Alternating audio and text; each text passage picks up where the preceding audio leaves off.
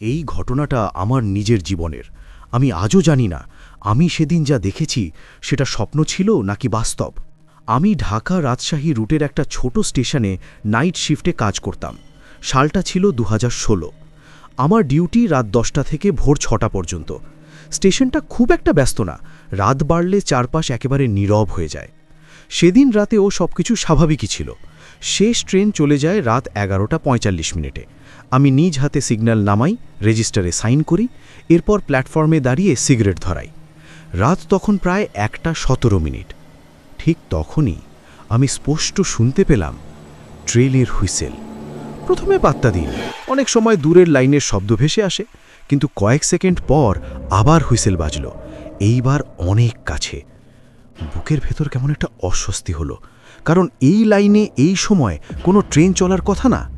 আমি দ্রুত ওয়াকিটকি হাতে নিলাম, কন্ট্রোল রুমে কল দিলাম, এই সময় কি কোনো স্পেশাল ট্রেন আছে? ওপাশ থেকে উত্তর এলো, না ভাই, আজকে না, সব ট্রেন ক্লিয়ার। ঠিক তখনই কুয়াশার ভেতর থেকে আমি দেখতে পেলাম একটা ট্রেন ধীরে ধীরে প্ল্যাটফর্মে ঢুকছে। কিন্তু ট্রেনটা দেখে আমার মাথা ঝিমঝিম করতে লাগলো।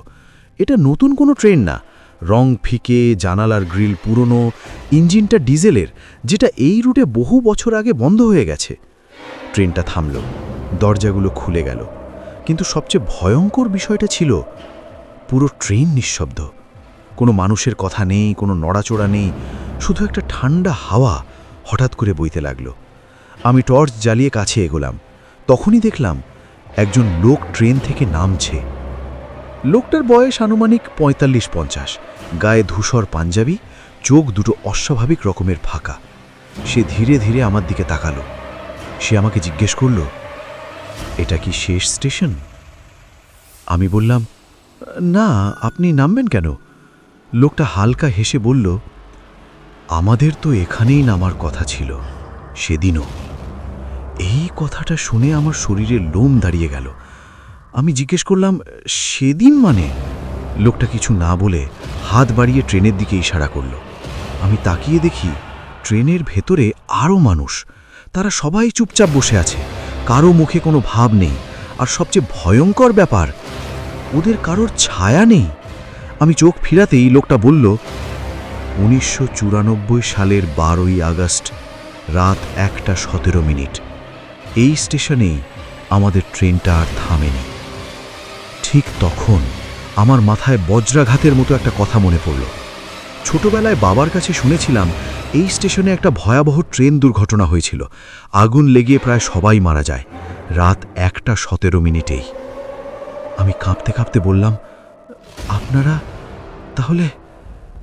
লোকটা মৃদু গলায় বলল, আমরা এখনো নামার অপেক্ষায়।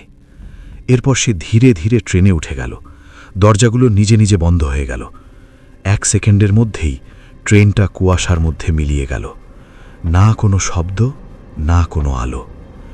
আমি সেখানেই বসে পড়লাম, ঘামছিলাম, গলা শুকিয়ে গিয়েছিল। ভোরে সুপারভাইজার এসে আমাকে অজ্ঞান অবস্থায় পায়। পরদিন আমাকে অন্য স্টেশনে ট্রান্সফার করা হয়।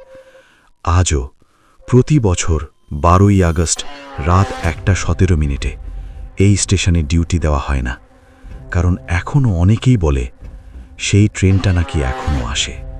ঘটনার পরের অংশ বাস্তব অভিজ্ঞতা হিসেবে বলা। এই ঘটনাটা আমি এতদিন কাউকে বলিনি, কারণ বললেই সবাই হাসাহাসি করত। কিন্তু যেদিন পত্রিকায় একটা ছোট খবর দেখলাম, সেদিন আমি ভেঙে পড়ি। ঘটনার 3 দিন পর আমার কৌতূহল আর ভয় দুটোই একসাথে কাজ করছিল। আমি স্টেশন মাস্টারের রুমে গিয়ে পুরনো ফাইল ঘাঁটতে শুরু করি। 90-এর দশকের রিপোর্টগুলো আলাদা করে রাখা ছিল।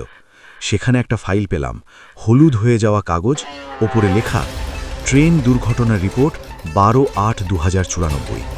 ফাইল খুলেই আমার হাত কাঁপতে লাগলো। রিপোর্টে লেখা ছিল, রাত 1:12 ট্রেনটি এই স্টেশনের সিগন্যাল অতিক্রম করে। 1:17 লাইনের ত্রুটির কারণে ভয়াবহ দুর্ঘটনা ঘটে।